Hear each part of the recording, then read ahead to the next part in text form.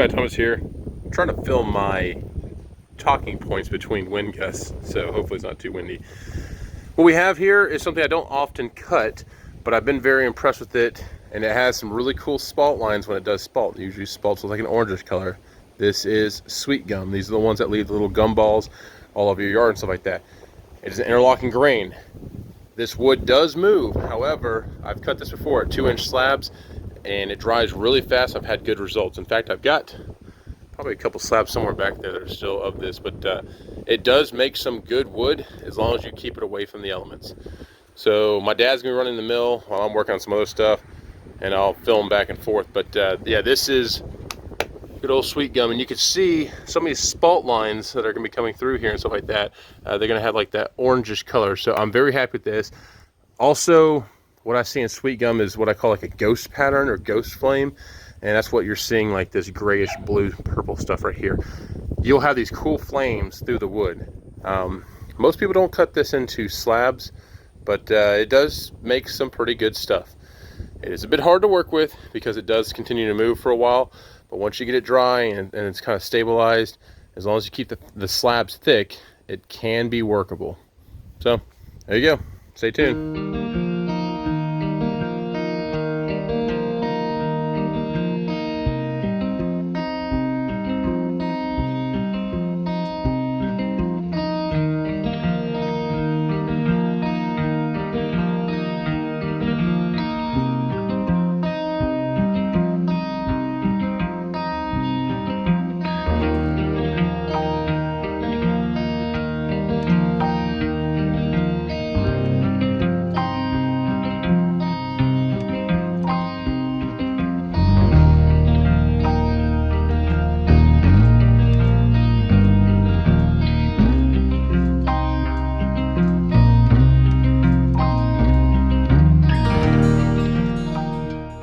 My dad's cutting this. I want to show you what we hit on the last cut and what this wood looks like. This is gum again, and my goodness, it is beautiful. Very, very beautiful. Let's go over here.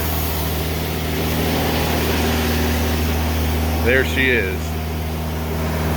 That's some pretty good looking stuff right there.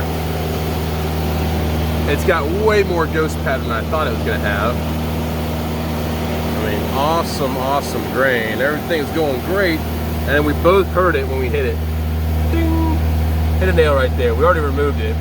16 penny nail. I don't know how we missed it on the first cut. Anyway, we must have just barely been above it. I pulled out the bottom section, but we changed out the blade, and yeah. So, not a lot of people will cut Sweetgum into something like this. I like it. It looks really good. I mean, I call it the ghost flames. Really, it's probably more of the lines because it's the interlocking grain in the way that it grows and everything. But this stuff is just beautiful. Absolutely beautiful. And I believe we're gonna get like 6 or so slabs out of this thing. So I've got, I believe, one more log of this. And that wasn't too big. I would say down here at the bottom we're at 18, 20 inches. At the top we're probably like 15 inches or so. So it turned out pretty nice. And you've got one last cut to go. And yeah, it just looks good. So one thing I also noticed while he was cutting this, and it just shows you the stress that's in a log, this section right here opened up. We hit the pith right in the middle, which is perfect. So it's only gonna be encompassed in one board, and the pith looks pretty good on both sides. But we'll have some quarter saw wood out of both of these. But yeah, that thing shows you the stress that's in there, and we just relieved that stress in that log by taking out that center section. But yeah, everything's running good on the mill right now. Very happy with that. And it's funny because whenever I go run my dad's mill, the 2220, there are certain things that are not in the same locations, specifically the throttle. The throttle on his is computer controlled and everything. The throttle on mine is a switch. So he was like, where the hell is your throttle? I'm like, the tides have turned. But yeah, both mills running great. and I really can't wait to see the inside of the rest of this log. So we're gonna go ahead, break away, and I'll get these boards set up so you can see what this stuff has.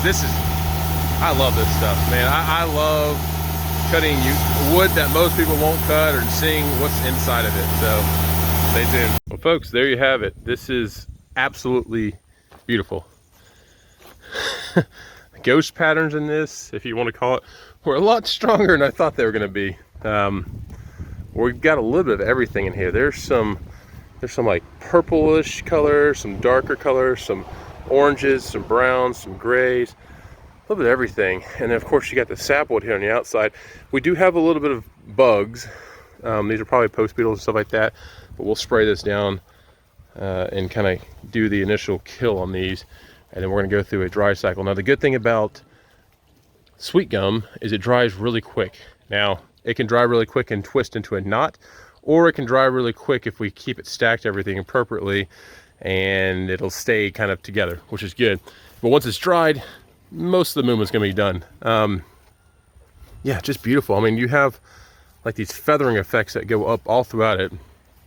There is a few knots. There are a few knot sections here. No compounding of grains there. A little bit here. I don't know. Actually, I've never seen really curl, quote unquote, inside of Sweetgum. But yeah, very, very pretty stuff. A little bit of spalt on the outside. And typically it spalts with an orangish color. We didn't see it this time. We actually have some darker colors, so pretty neat. Hope you enjoyed this video. Short little one here, but it's always fun. Oh, and then there's the pith cut is actually all in this slab right here, and it relieved itself here at the bottom, and it continues to relieve itself. And at the top, it's starting to do it as well. So interesting, beautiful. These were all cut at 8/4, which is 2 inches, and very happy with the way they turned out. So yeah, these will be in my wood lot for sale. Come up here soon if I don't steal one of these to work on something. But I don't know how much of this color is going to remain. I'm hoping it does, but we'll see. All right, please like, subscribe. We'll see you around. Thanks.